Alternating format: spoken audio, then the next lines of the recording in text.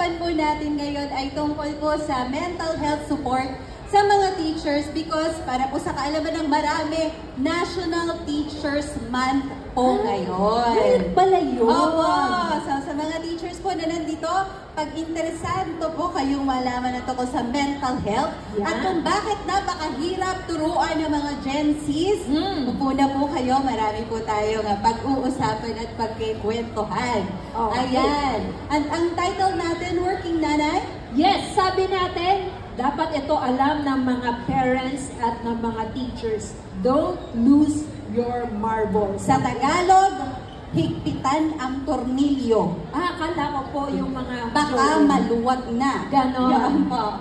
Ayan. Pero ngayon pong oras na to, pag-usapan muna natin, ano nga ba talaga ang ating mga gustong i-share sa ating mga participants at sa mga nakikinig kung saan man lupalop kayo ng room na ito. Yes! Papaabutin natin yung boses natin sa kanila. Yes. Pero trigger warning muna. Mahirap pag-usapan ng tungkol sa mental health kasi maraming mau-offend, tatamaan, disclaimer na mapapa-ouch kayo rito. So gamitin natin yung salitang ouch. So letter O, working nanay, anong gagawin natin sa mga makikinig sa atin? Ay, syempre, pinapangako po namin na ma-o-offend kayo. Para na lang hindi na tayo magkaroon ng mga issue. Ganun na lang po usapan natin. Pero masasaktan kayo. Lola, sabi nga natin, offense is the best defense. Kasi madalas po pagka nagtotalk kami ng mental health, mahirap i-sugarcoat. Kasi natamaan namin depression, anxiety, trauma, self-deletion. Hindi na po natin masabi yung words na isa. Kasi marami pong ma-offend. Ayan. Pero ang kagandahan, kapag na-offend ka habang nakikinig kay working nanay at kay Lola Kwentosera, sigurado na dyan po sa brain natin may mga bagong neuro pathways. Yes. Ibig sabihin, nagbubukas po ng mga bagong daan. Ibig sabihin, pag nagalit ka mamaya sa pag-uusapan natin, buhay ka pa. Ay, congratulations. Kasi madalas, people with depression, they're numb. Wala na silang mararamdaman. Ano nga words nila? Nonchalant. Wala akong pake. Ganon. At syempre, kapag ikaw ay na-offend, siguraduhin mo na dapat may curious ka, di ba? Bakit kaya nabubwisit ako sa boses ni working nanay? Kasi kahawig siya ng nanay mo. Ganon? At syempre, pag curious ka, magkakaroon ng... Sabi natin, dapat you'll be compassionate with the same person o yung mga nakilala mo na bakit nga ba siya ganoon? And ang muling natin, may kagalingan nga ba? Dahil po ito ay para sa mga teachers, ang module po namin 5 lang. Galing sa word na teach. May module. Yes, sabihin, may mga module. teachers, Mga mamaya teachers. po, may quiz tayo. Okay, recitation din po. Letter T, gagamitin natin oxymoron. Working nanay, what is oxymoron? Ayan po yung oxy at moron. Tama. Sabi ko na sa inyo, teacher may tama to Sino nakatawa? Check mo, tingnan mo, oxymoron. Ano ibig sabihin yan? Unang-una, T sa teach, truthful lies. Sa Tagalog, makatotohanang kasinungalingan. very good! Yun yung oxymoron, di ba? Yan. So sa mga teachers, ito po yung hugot natin. Ang una yung tatandaan, sinungaling ang katotohanan. Bakit? Simulan natin sa kwento ng balon. Isang araw, naglalakad si katotohanan at si kasinungalingan. Ay, akala, nagumuro ng iba eh. Tapos, nung naglalakad si kasinungalingan, nakasalubong niya si katotohanan at sabi ni kasinungalingan, ang ganda-ganda naman ang panahon kasi katotohanan. Di ba kasinungalingan siya? Yes. Pero yung sinasabi niya, totoo. Of course, fake news lang na sinungaling ako. Ay, ganoon. So, naglakad kami papunta sa balon. Okay, lakad. At nakita namin yung balon na napakaganda ng tubig. Katotohanan, ang sarap mag-swim. Tara, swim tayo kasi di naman ang ganda ng tubig. Parang naniniwala na ako sa'yo. Of course! Sige, kasi sinungalingan. Hindi ako ako sinungaling. Sige, swim tayo. Nag-swim kami. Alam mo, si kasinungalingan, matalino. Si katotohanan, medyo no? Daling maloko, no? Pero totoo ako. Oo. So, sumama mag-swimming. Nag-enjoy. Tapos, nung nalingat siya, kinuha ni kasinungalingan yung damit niya. At anong ginawa ni kasinungalingan? Sinuot ko, naglakad ako sa buong mundo, at sinabi ko ang mga katotohanan hindi naman totoo. Ang tanong, meron akong gift pag lumagot. Asa na si katotohanan? May gift ako. Ano nangyari kay katotohanan? Nasaan siya? Anyone? Anyone na gustong magkaroon ng freebies from Lola Kwento Si Sera? Sir! Gusto sumagot ni Sir, nasaan na si katotohanan? Nasaan, Sir? Nasa balon! Para po yun sa'yo, sir. Nasa Ang balon! best-selling libro. Bakit hindi po makalabas si katotohanan? Abay, wala siyang Damit. ang tawag, yes, ang tawag natin doon, the naked truth. So, ginawa po ni katotohanan, lumabas siya sa balon at umikot sa buong mundo nang wala siyang damit. Pag kayo nakakita ng taong naglalakad ng walang damit, Anong unang ginagawa nyo? Yung totoo. Lalo ko tinitingnan. Di ba minsan para, ay, ano ba yan? Iskandaloso, right? And that's what's happening right now. The truth is so naked, we don't want to look at it anymore. Bakit? Nakikinig tayo kay fake news kasi suot-suot ko ang damit ni katotohanan. Ang kasinungalingan na may konting katotohanan, parang totoo na rin. Tama po ba? Kaya working nanay, ano ang ating hugot? yan! Pag umandar ang prayer natin, Anong lesson natin? One. Sabi natin, Gen Zs are living in a post-truth world. Ito yung mundo na hindi importante kung ano ang totoo. Ang mahalaga, hindi nakakasakit ang kasinungalingan mo. Diba? Mga estudyante natin, pag sinabi mo, sige, huwag kang mag-aral, matutulad ka sa ate mo. It sounds true, right? But because they're hurting the way nila narinig, hindi sila maniniwala. Mas masarap paniwalaan yung kasinungalingan kasi hindi sila offensive. Anong hugot natin dyan, working nanay? Hoy, may hugot tayo dyan. Ito, yon. Sabi natin, sa totoo lang, nakakaaliw maging patola sa mga fake cards sa social media. Ang issue lang, ikagaganda o ikayayaman ko ba ang makisawsaw sa kwento ng iba. Yan tuloy dahil sa clickbait, mga trolls at bashers ang namo-monetize. Samantalang ako, triggered at traumatized. Ano yung fake cards? Alam mo yung fake cards? Bini cards lang po ang alam ko. Fake cards! Lalabas yung pangalan ng isang prominenteng artista. May blue check pa. Tapos may quote siya. Sasabihin niya, kagaya ni Alice Guo, lumaki rin ako sa farm. Mga ganyan. Diba? Pero kahit papaano, nagsasabi ako ng totoo sa Senado. May blue check. Papatulan mo yun, magagalit ka. Pag klinik mo naman, sasabihin ng may-ari, satire lang. Joke lang. Ang problema, ginalit ka na. Sayang naman yung emosyon mo. Sayang. Di ba? Nag-invest pa naman ako ng emotion doon, di ba? Correct. Buti na lang, may isa pa kaming kwento ng balon. Ay, puro balon. Tingnan mo natin, another gift from Lola Kwento Sera. Meron pong kwento ng balon na may babae. The woman at the well. Sa Bible. Ay, akala ko po yung movie. The Ring. The Woman at the Well. Question! Ano pong title nun sa Bible? Dali. Ano title ng story na yun? Ano title? The Samaritan Woman! Very good. Now, this is interesting because kagaya ni Naked Truth, nagpunta si Jesus sa well, nakita yung babae, tapos sabi niya, painom tubig. Tapos sabi ng babae, ay, 5 pesos Korean ka, Filipino, 5 pesos. Di ba magkaiba tayo ng lahi? Hindi tayo pwedeng mag-usap. Yes. And then eventually, there was a time na sinabi niya, uuwi na ako sa aking asawa. Naku, may sinabi si Jesus. Ano sabi niya? Ano sabi niya? Ano nga? Nakikiparites po ako eh. Ang sabi niya, wala kang asawang uuwian ngayon dahil hindi mo asawa yon, dahil marami kang asawa. And it's in your face. Isa kang adulterer. Tama?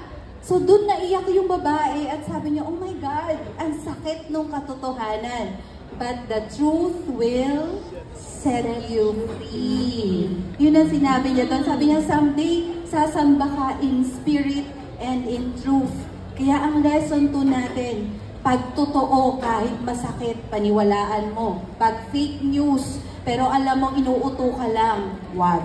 Okay? Anong hugot natin sa lesson 2 natin? Working na? Yun, sabi natin, watch out for the truthful lies. They may appear very demure, very mindful, and very cutesy. Totoo po. But they lack authenticity. Kaya, remember, isa lang ang daan tungo sa katotohanan. Ang nagsabi nito, iyong hulaan. Uy! Another gift! Sino nagsabi nun? Si sir! Sino nagsabi? Ano sabi niya? yes sir. Ano ba sabi ni Jesus? I am? Hindi po. Sir, bago yun, sir, ah. Sir, bago yun sa Bible, ah. I am? Very good! Thank you po, book sa'yo. Yun ang papaniwalaan nyo. The only source. The truth. Kaya po sabi ni Jesus, hindi niya sinabi nyo, no, I tell the truth. Ang sabi ni Jesus, I am the truth. So if all people binabash na kayo, you always look up and say, Lord, I don't care kung ako ay nababash. Ang importante, yung view mo sa akin. Yun ang masusunod. Kala ko po mental health talk to, ba't parang naging simbahan? Ay, sorry naman! Maganda po kasi talagang may ganoong hugot po.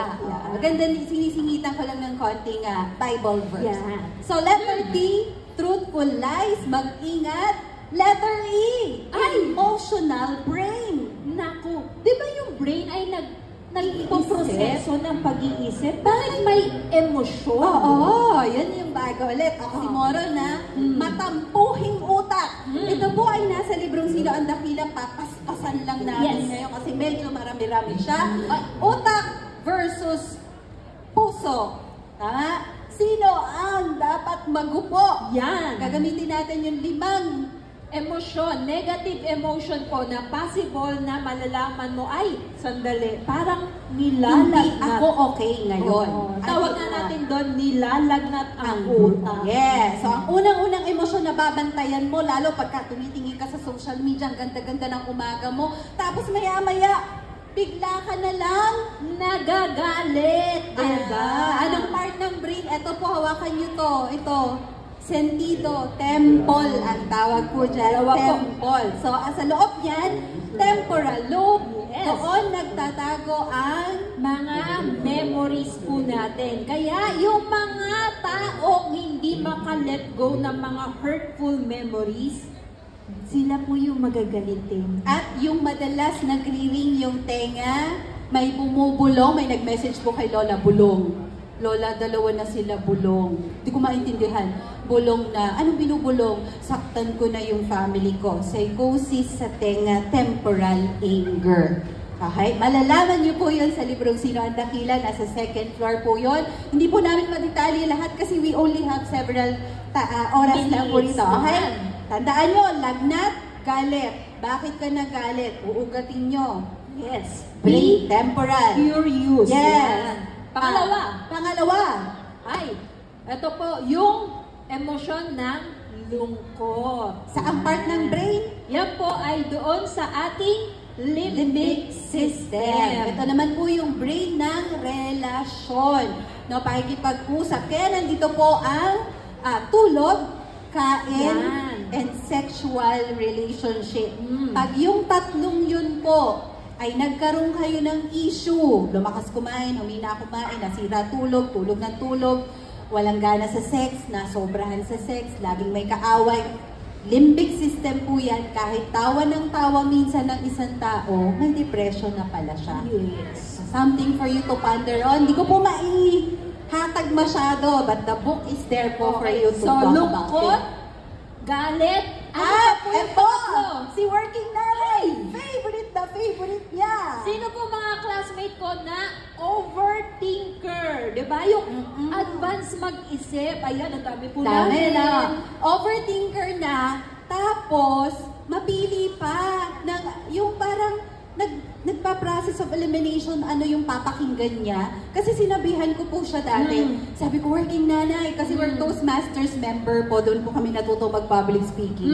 Sabi ko, ang galing-galing mo na mag-public speaking ngayon. Proud na proud na proud na proud na proud na proud na proud na proud na proud ako sa'yo. Pag uwi niya po sa bahay, galit siya sa akin. Ito po tingnan niyo po, yung brain ko, overthinker. Ulitin ko yung sinabi ni Lola. Ang galing-galing mo na. Ang brain ko po, nag-focus sa ngayon. So ano ako dati? Hindi ako magaling, ngayon lang. Diba? Ganyan ba kayo? Mag-isip overthinker? Proud ko sa'yo. Ang nabasa niya ngayon. Kayo ba yung tipong grabe? Ang daming umaten sa birthday mo. Di ba 500 ang iyong target? Oo, pero 499.5 lang yung umaten. Nasaan yung kalahati? Naiwan sa bahay yung manananggal pala yung isa. Di ba parang you're not satisfied? Yung pala, sign na yun that your brain is really working against you. So part ng brain, ano yun? Basal ganglia. Anong ACG? Yung ACG. Maliliit lang po yan, pero yun yung nagpo-proseso ng flexibility natin from one idea into another. Matatakot din. Tapos may kapatid nga po yan. Tama. The next emotion, takot. No, ang part ng brain po nun ay basal ganglia. Ito Ano po. naman yung takot? Siya rin yun. Siya.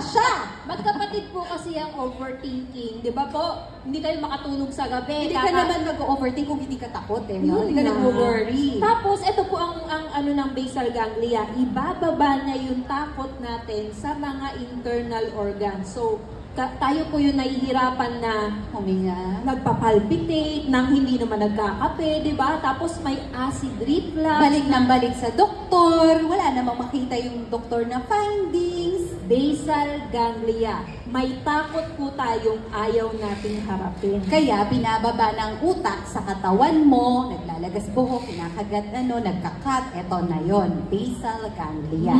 Magkapatid sila. Pero in fairness, Kung makaturo kanina si Lola, di ba? Ako yung overthinker, ako yung masyadong matatakutin. Ito po ang brain ni Lola. Tingnan nyo, mas grabe. Di ba? Yung prefrontal cortex, yan po yung nagpo-proseso naman ng ating logical decision making. Yes. Kaya yung mga decision po ni Lola, palpa. Kasi po, sakit po ito ng mga na-abuse. Mayroong child abuse, trauma. Meron po silang, if you know my story po sa 700 Club, lumaki po kasi ako sa loob ng kulungan. Yung nanay ko ay estapadora. So 16 years old po, nakakulong po yung nanay ko. Labas-masok. Lalabas po ako sa jail kapag wala pong mga pulis na nagbabantay. Papasok doon kami makikitulog ng kapatid ko na homeless.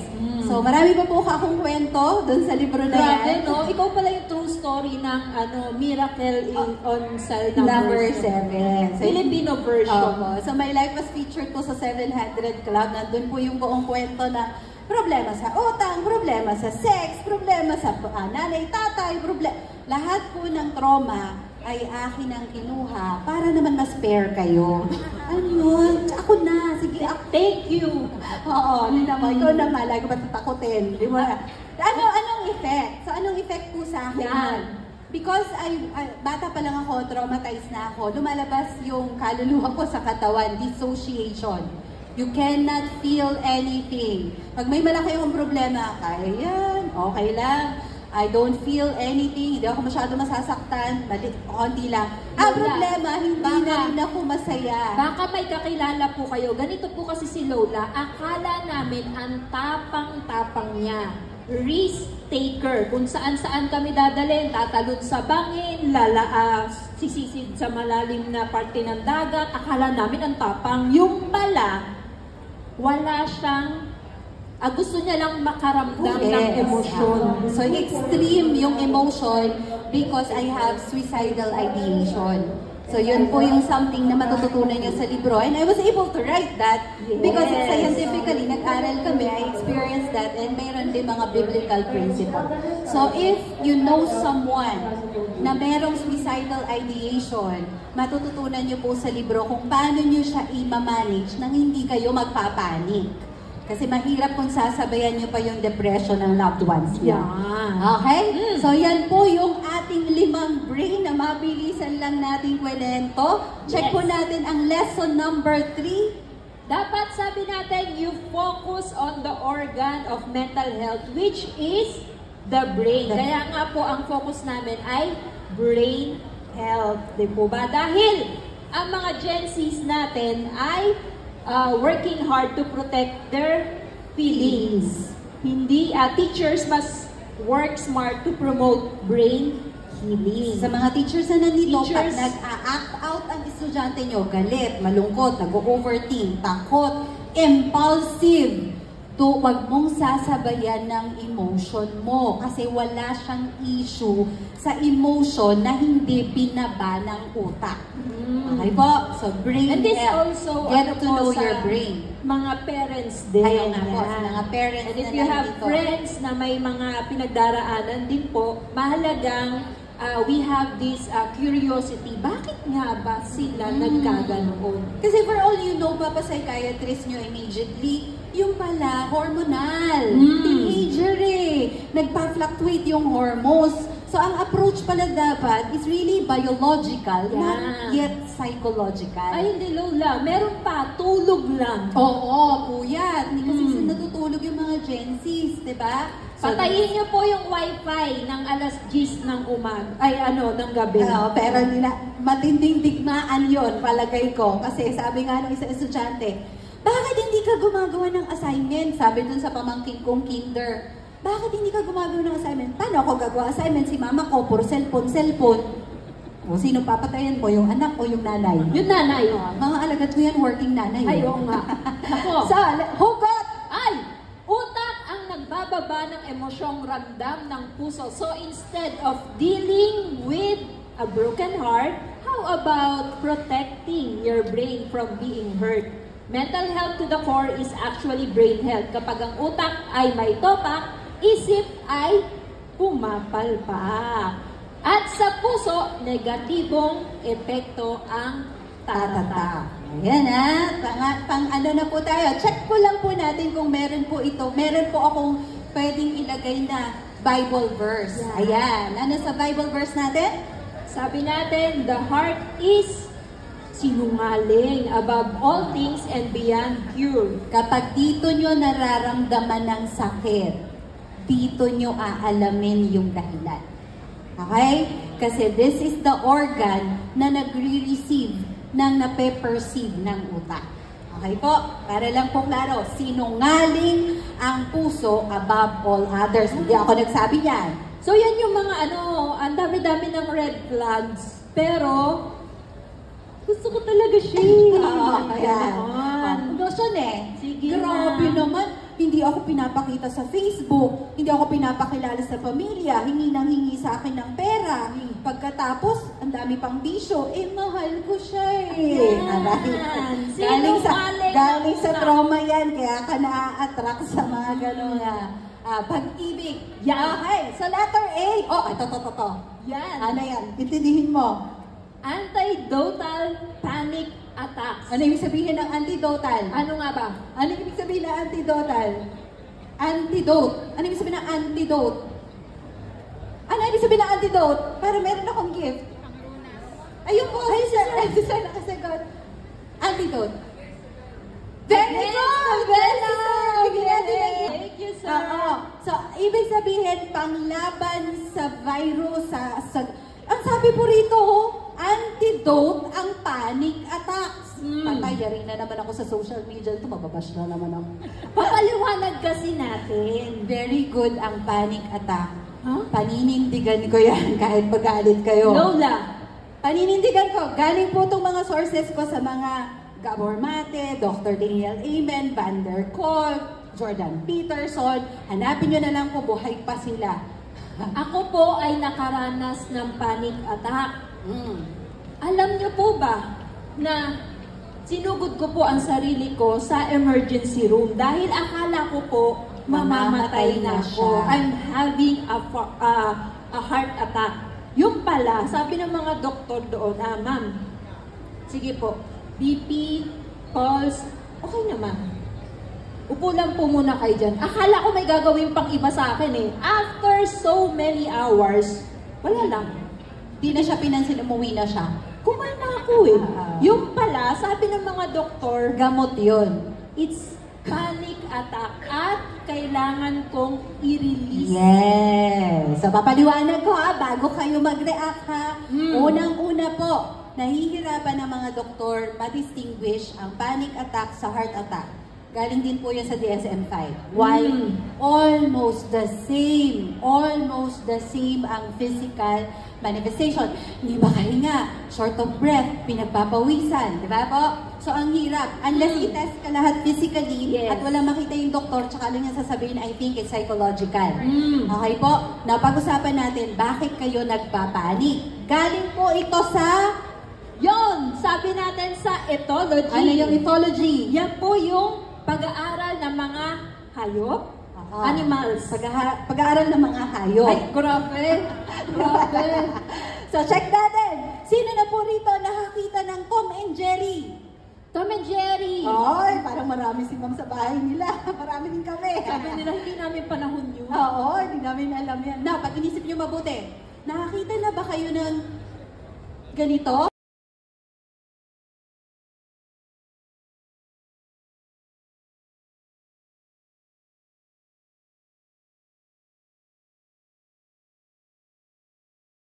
Yung bakit parang hindi niya kinakain? Di ba po? Hindi niya kinakain, pinaglalaroan niya nung daga. Oo, tama po. Kasi ganito daw po pala si ethology. Yung bubuet, we have, ano yung tatlo nating response? Fight, flight, and freeze. So, pag yung bubuet, nakakita ng pusa, ang unang reaction niya ay, fight! Feeling niya kasi ang laki niya. Siyempre. Nung magpa-fight siya, na-realize niya, giant pala, ang next na gagawin niya ay tatakbo. Flight. Tama po, flight. And na-corner na siya. Siyempre, ang liit lang ng step niya compared to sa diba? So, ang next na reaction niya ay freeze. Automatic may himatay siya, play dead. Bakit po ginagawa yun ng mga prey sa predator? Bakit nagpa-pretend na patay at naninigas? Dahil ayaw ng... Ay hindi. Kaya ayaw pong kainin ng pusa. Sabi, ayaw kainin ng mga predator, yung prey na nag-play dead dahil akala nila may venom. May laso ng dugo. Kasi matigas. Patay na Pero nag-freeze lang po yun. Tapos yung pusa, di ba kaya niya ginaganon? Hala. Gising. Nakipag-chismisan yung pusa, nalingat siya. Anong gagawin po ng daga? Tatakbo po, pupunta sa lungga. May gagawin siya sa lungga. Anong gagawin ng daga sa lungga? Pagpunta doon. Tatawag ng resba. Tatawag ng mga kakilala. May pusa doon. Anong gagawin? Manginginig daw po. Nangangatog. Kasi sa ethology po pala, ang dalawang layon, pag naglaban, at nabuhay naman sila pareho, they need to go sa kanilang lungga at they need to tremble. Ang na-observe po sa ethology, kapag hindi nag-tremble yung lion na nakipaglaban, paglabas niya, patay siya dahil may brain fog or number 2, hindi siya makakalabas ng lungga, mamamatay siya sa gutom dahil sa matinding takot. So, inaalagaan ng mga zoo, nanginig na ba? Kaya di ba yung mga aso nyo, kapag hinahawakan ng ibang tao, gumaganon, nanginginig din. Tapos kapag hinawakan nyo po ng ibang tao nga, alam mo, may nginig siya. Yeah, right? So, bakit ko sinabi na importante mag-panic attack ka? Kasi that's your brain's way of protecting you para i-release yung mga tension. Tingnan nyo, balikat nyo ngayon, tsaka tangangan nyo ngayon, ang tigas-tigas. Pati yung mga tiyan nyo, matigas. Why? Yan pa yung 2 years ago na nakipag-break ka. Grabe. Hanggang ngayon, di ka pa rin makamove, nakaninigas ka pa rin. Yan. And every time na i-release mo yan kasi gusto mo na mag-move on, magtitremble ka and you will get afraid. Panic attack. Pero sa study, palaging sinasabi, i-release mo yung panic. Kaya pala niya tinakbo yung sarili niya sa ospital na sunugan siya ng bahay. 2 weeks ago, nasa solution mode siya. Yes. Nakalimutan niyang umiyak, magpanik, magwala. Pero nasa katawan ko pa rin po yung cortisol, yung stress hormone brought by the fear nung sunog na nangyari. So, ang nangyari, nasa katawan ko pa rin, hindi pa rin yan nire-release hanggang sabi ng utak ko, hindi na natin to kaya. I-release ko hanggang sa nanginig na lang po. Kala ko, heart attack na. And some of you magkakaroon ng autoimmune issues because you keep on fighting the system na kailangan mong manginig. Yan po, yun ang dahilan. Anong hugot natin dyan, working nanay? Uy, ang sugat na itinatago sa utak, sa katawan, tatatak. Sa tuwing sumisigaw sa sakit ang kalingkingan, ito'y iyong dapat pakinggan. Sa halip na takutin ang sarili, maging curious ka. Ano bang nangyari? Ganun lagi. Huwag mo na yung, ay, may sugat ako sa kuko. Cancer to. Sabi kasi ng Google. Hindi, wag niya i-google, wag. Sometimes, even your pimple, they're telling you something, okay, napasobra ako sa ganito, nag-inflame ako, yung biological side ko hindi okay. Those are the things na ginagawa ng katawan para protektahan ka. Galing po ng disenyo ni God sa utak natin, ano? Now, check po natin, ano ang Bible verse support ko? Hoy, sabi natin, worship the Lord in the splendor of His holiness. Tremble before Him, all the earth. Kaya pag nagpapanik attack kayo, gawin yung alarm clock yun to tremble before God. Yung Kasi ano that's a form of worship. Kami pong mga overthinker na nagpapanic attack, mga 3 a.m. yan, ganyan, di ba? Yung nagigising tayo, naku, Sasabihin niya, 3 a.m., naku, nagising ako, patay ang Diyos. Sabi niya, mga ganun, patay ang Diyos, dami sa mga aswang. Oo, ganyan. Di ba? Yung pala, may sinasabi yung brain natin na hindi pa natin, halika na nga, sige, ipag-pray natin, and then we will tremble, Lord, ikaw na bahala. Ni-reverse ko nga yun. Sabi ko, di sana sinabi mo, 3 o'clock, thank you Lord, namatay ka para sa akin. Kasi mahal mo ako. Diba? Change mo lang yung mindset, makakatulog ka na ulit. Because you are loved. Yes. Diba po? Kaya kayo binigyan ng ganyang brain. Ganda ng mga oxymoron natin. Number 4, letter C. Counter-cultural contagion. Nakakahawang kultura na opposite. Tama? Counter-cultural contagion. Nakakahawang kultura na hindi kultura. Ano nga ba yan? Check natin Mga ano kwento example. yan? Sino po rito nakakaalam? Dancing Plague. Anyone? Dancing Plague, bibigyan ko ng gift na book. Ang alam lang po namin, COVID-19. So check po natin tong video na to. Very interesting.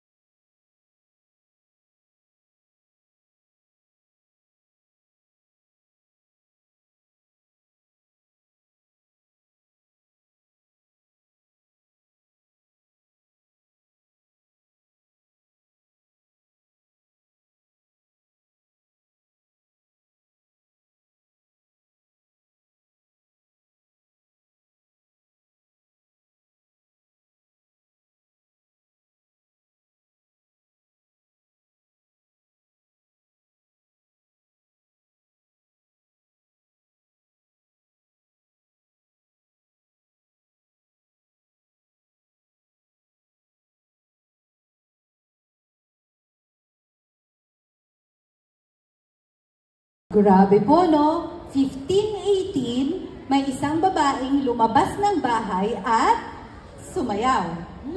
Nakita nung kapitbahay, tinabihan at sumayaw rin. And then the whole town dancing, and then pumunta yung mga reporter, pumunta yung mga pare, sumayaw din. Mga doktor. Doktor, ang problema, wala namang issue, sumasayaw. Pero hindi sila kumakain. Hindi na natutulog. Until tumitigil lang silang sumayaw pag namatay na. 15, 18. Anong gamot? Wala. Bigla na lang nawala. Walang nakakain. Aralin niyo po, walang nakapagpaliwanag. Saan nangyari yung 15, 18 na plague? Saan? Hindi nga nila mapaliwanag. Ang tanong ko sa inyo, may dumating na bagong dancing plague. Meron? Ano po yun? Anyone makakasagot? Ano yung bagong dancing plague? Maybe this time. Ano ba? Ay, hindi po baby this time. Baby this time. No, may bagong dancing plague. Sayaw ng sayaw. Anong tawag natin doon?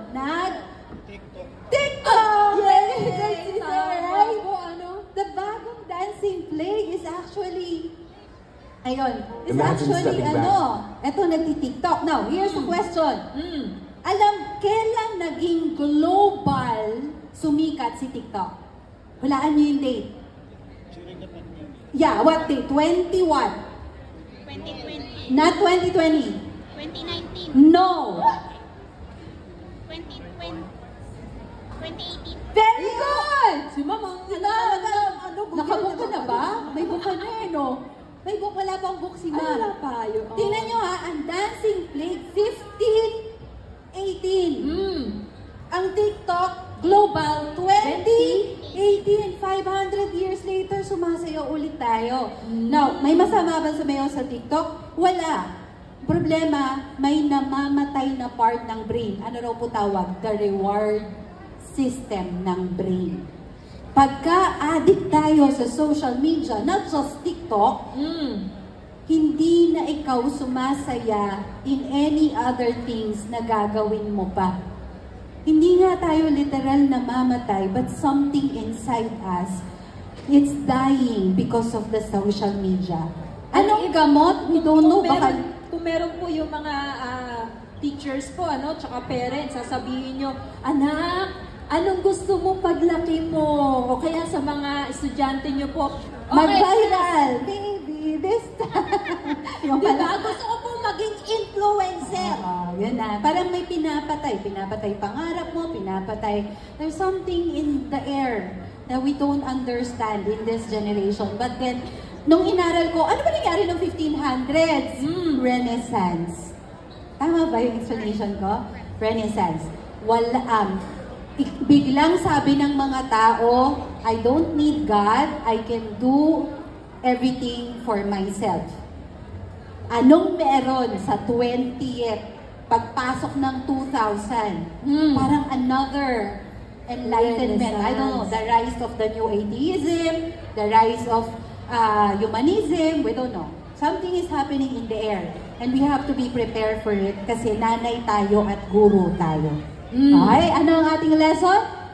Gen Zs are living in a voyeur culture. Voyeur! Sino po rito nakakaalam ng voyeur? Meron pa ba ako? Wala. Natuwa ako magbigay ng libro.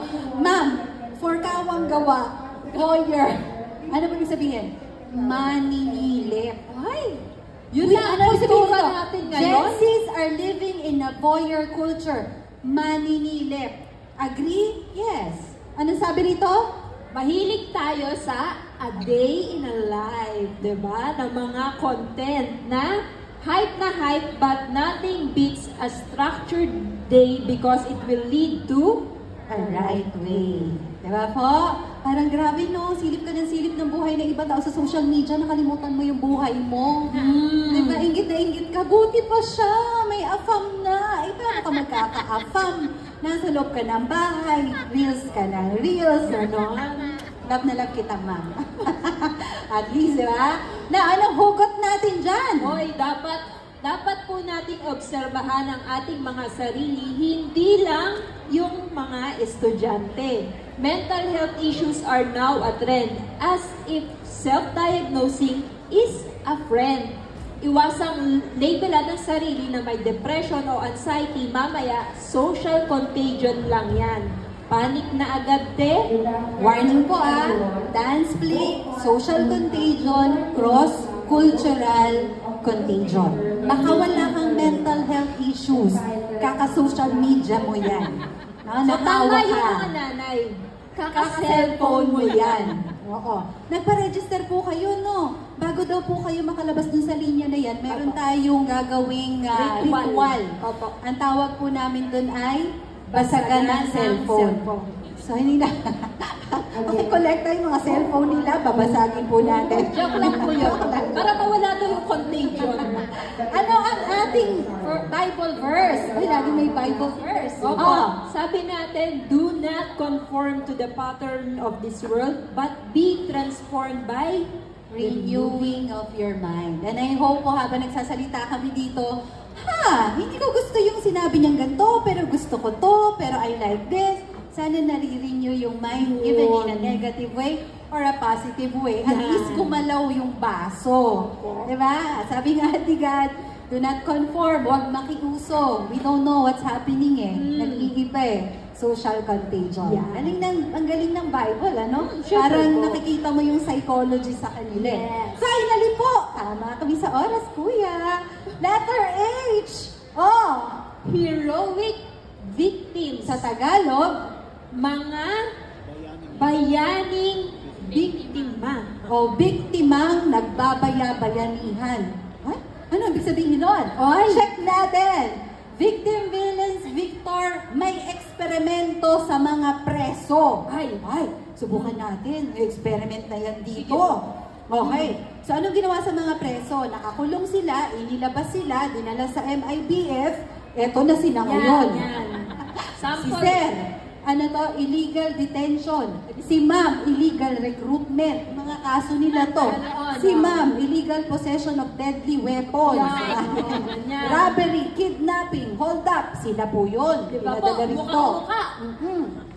Tapos, nagpadala po ng mga nandito po. Kayo po yung part ng experiment. Kayo po yung binidyo. Sabi lang po sa inyo, mga ma'am, gaganda niyo po ng suot po natin ngayon.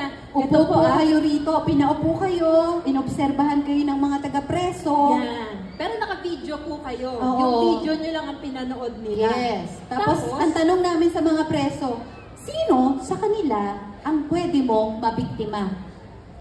Alam niyo po yung resulta ng experiment? Almost 90% ng sinulat nilang pangalan, yun yung nakasuot ng STI na t-shirt. Siya. Tapos tinanong namin, bakit siya ang pwedeng hold upin? Bakit siya ang pwedeng kidnapin?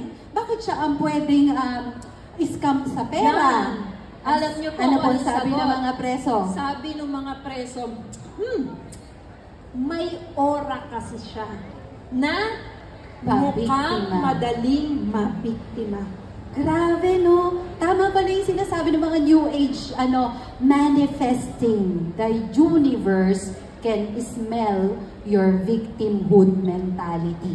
Iba pala yung minanifest, yung I'm a loser, I'm Nangyayari siya. Sabihin mo pa ulit-ulit, I'm a loser, malas ako, lagi nila ako iniiwan ng jowa, lagi nila ako nilok. Sabihin mo pa ulit. Na-experience niya yan. Diba po? Yung na minsan nawalan ng cellphone, tapos on the same day, parang sabi niyo, nadapa kayo, o kaya nawala rin yung wallet niyo. Parang, bakit? Lahat ng kabalasan, inulan sa inyo na why? Because it's like you're asking for it. There's another experiment. I don't know if you're familiar with Jordan Peterson, psychologist, psychiatrist po siya. May libro siya, 12 Rules, right? Isa doon yung lobster, the story ng lobster. Yung lobster, ayun siya. Ano ba sa Tagalog yung lobster? May Tagalog ba yun? Hipon lang alam ko. Alamang ka. Basta yung lobster, pareho pala nun yung parang serotonin natin sa tiyan. Parang the same yung pagre-release. Sa ilalim pala ng tubig, ng dagat, may territory sila. So kung ako yung lobster, di ba yung mga aso umiihi para i-mark yung territory? May ganun din daw pala yung lobster sa ilalim ng dagat. So ima-mark niya, tapos pag may lalapit na lobster, makikipaglaban siya. Pag nilabanan niya yung lobster at natalo, kanya na yung territory ng another lobster, right? Parang ganyan yung mga tita tsaka natin, Mga kamag-anak. Oo, no? Ganyan. Akin yung lupa. Oo, yan. Now, ang nangyayari pala dun sa nananalong lobster, tumataas yung serotonin. Ang nangyayari sa natatalong lobster, bumababa. Kaya makikita mo may lobster na hukot at may lobster na Mukhang pag nakita nung isang lobster na lalayo ako. Right? Pero pag nakita nung isang lobster na yung nagbabantay ng bahay niya ay, anong gagawin ng lobster na yun? sabi niya, kaya ko itong kunin Kaya ang kong territory na. biktimahin. So mamaya paglabas nyo, hindi kayo lobster? Pero at least kahit pa paano, you always think, ang dami kong problema! Pero, ang ganda ko pa rin. Lagi ka pa di ba? Ganyan. Lagi kang merong, anong lesson natin dyan? Oy, the universe can smell your leaking cortisol. Make sure to calm down before getting hyped. Always stand tall and proud, making sure that your gut and brain are connected to activate the right neurotransmitters whenever you need them. Di ba? Hugot natin dyan. Uy, sabi natin, trauma is what happened to you. It should not become your identity. From victim, dalawa ang choice mo sa kwento, ang maging bida o mambibiktima ng iba. Ngayon, alam mo na, choose to be victorious. Kahit na nasa gitna ka pa ng gera. Lahat po tayo at some point in our lives na biktima. Pero dalawa lang ang pipiliin mo. Pag ikaw naging biktima, ang pwede mong pathway, maging villain ka. Mambibiktima ka rin. Or, magiging victor ka. At yun po yung natagpuan ko, kaya ako nasulat yung nobela. I discovered the treasures hidden in my trauma. At yun po yung gusto namin i-share sa inyo. As such, ano po ang Bible verse natin? Jesus said, in this world, you will have trouble. Ay, pinangako na, no? Oo. But, take courage. I have conquered the world. Diba po? Ang daming dikit. Kaya po yung next libro ko po is Discovering God in Studying Psychology. Kasi dikit na dikit po sila. Now, balikan lang po natin, working nanay, ang ating topic ngayon. 5 lang from the word teach. Sabi natin, dapat ito ang ating mga alam para magkaroon tayo ng brain kalasag.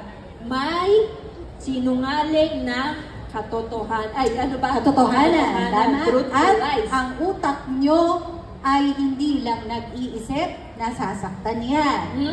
At dapat alam natin na ang panic attack ay way ng brain natin to protect us. At syempre, huwag mag-diagnose na may mental illness ka, baka social contagion na hawak ka lang sa social media. At lastly, huwag maging pa-victim. Huwag pa-biktima. Trauma is not you. It's just what happened to you. Sabi nga natin, your history Is not your destiny. Kaya naman, meron kaming assignment sa inyo. 5 lang. Biology. Ang unang-una niyong gagawin para maging maganda ang inyong mental health. Iwasan ang kumain ng asukal or matamis na pagkain. Because magkakos po siya ng inflammation na gagapang sa utak. Kaya maraming nagkaka-autoimmune disease din. So, supported po yan ng doktor. Ito naman, psychological. dapat, nako, alam niyo po ito at dapat resin natin yung mga ANS, automatic negative thoughts. Diba? Yung katulad natin na ang ganda-ganda na ng mga sinabi, doon tayo nakafocus sa iisang word na negative. Yan, tirisin natin yan. Pag hindi mo tiniris ang langgam, magiging pusa siya. Nako po, yung catastrophic automatic thoughts. Hindi ka minessage, sining ka lang. Ay, busy siya. Ay, hindi niya na ako mahal. Ay, namatay na siya. Ay, break na kami. Ay, bahala siya sa buhay niya. Grabe. Diba?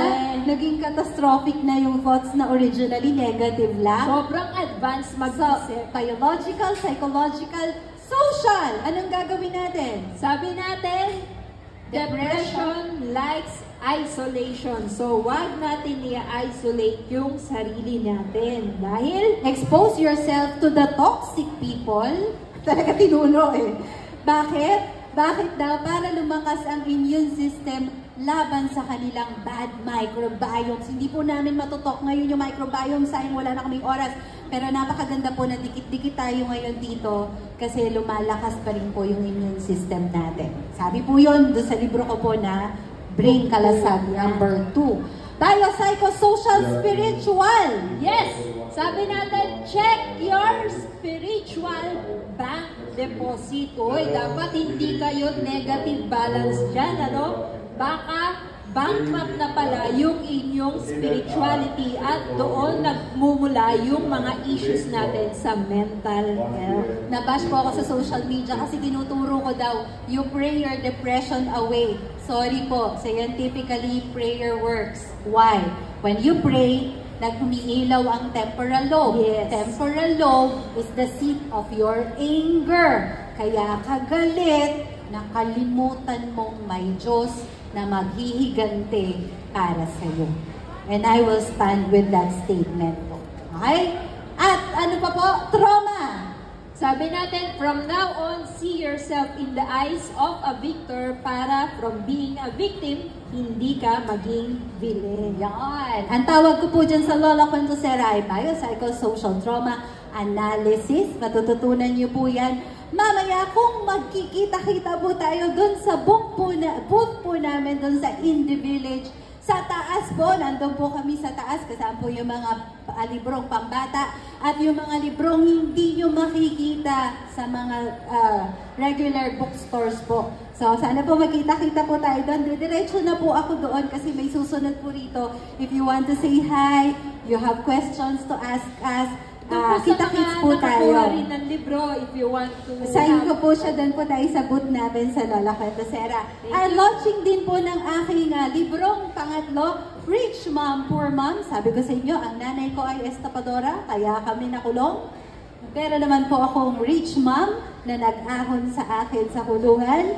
Kasama po yan sa bagong librong launch ko po naman sa Sabado.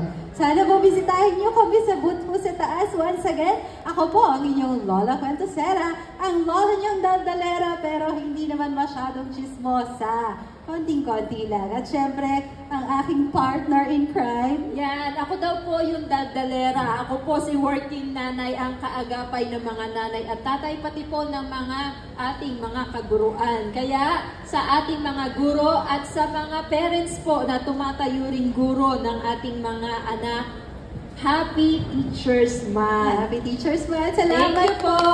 Thank you Salamat po. po!